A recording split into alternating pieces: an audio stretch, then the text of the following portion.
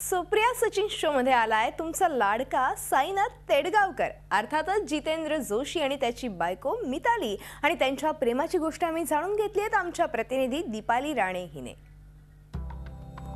Supriya Sachin show जोडी तुझी माझी मध्ये या वेळेला हजेरी लावली। ती अवलिया, मस्तीखोर, उत्तम अभिनेता, कवी, जेवढी स्तुती करावी तेवढी कमीच आहे। अर्थात तुमचा सर्वांचा लाडका जीतू, जितेंद्र जोशी आणि मिताली जोशी यांनी अच्छा आहेस ऑफकोर्स।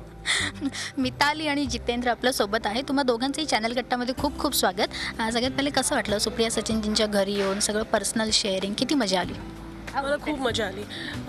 असे टॉक शोज खूप मस्त असतात कारण आपण ऑफिशियली एकमेकांबद्दल खूप चांगलं बोलतो, खूप कौतुक ऐक फार मजा आली आम्हाला खूप।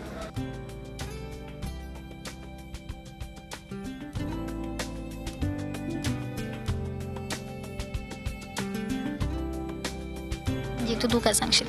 मी जर सचिन आणि सुप्रियाजींनी हा शो अँकर केला नसता तर मी नसतो आलो या शो माझ्या बायकोला घेऊन। कारण मी ठरवलं होतं की मी हिला घेऊन कुठेही टेलिव्हिजनवर वगैरे चक्रा मारत फिरणार नाही।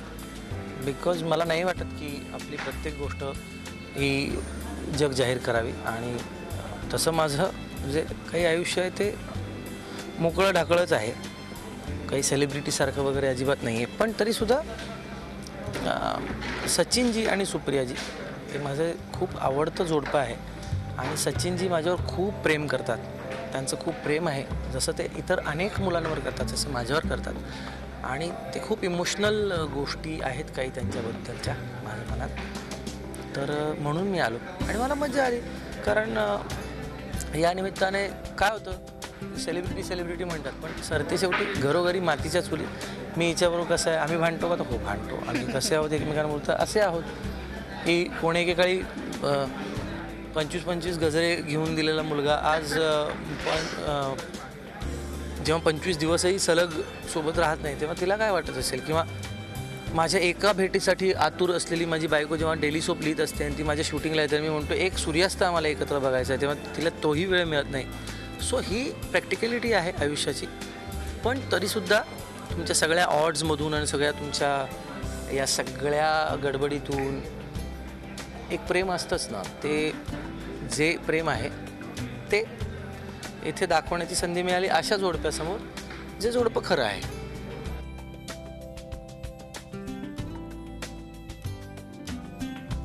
मिताली, अशी एक गोष्ट जी आम्हाला सगळ्यांना माहिती नाही, म्हणजे तो मस्तीखोर आहे, खूप अवली आहे, हे सगळ्यांना माहिती आहे, पण तुझ्या लेखी एक वेगळं काहीतरी गुण आहे याच्यातला जितूचा, जो आम्हाला कोणाला माहीत नाही। अनेक गुण आहेत ह्याचे वेगळे, जे बाकी कोणाला माहिती नाही आहेत। खूप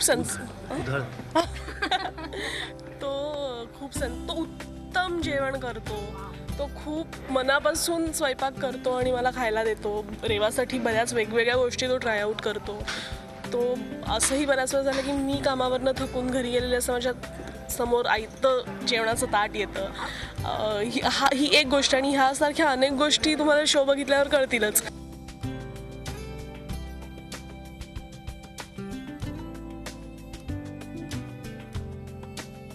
जितूसाठी मला शाळेत एक कविता होती हिंदीला। शाळेतच होती लहानपणी?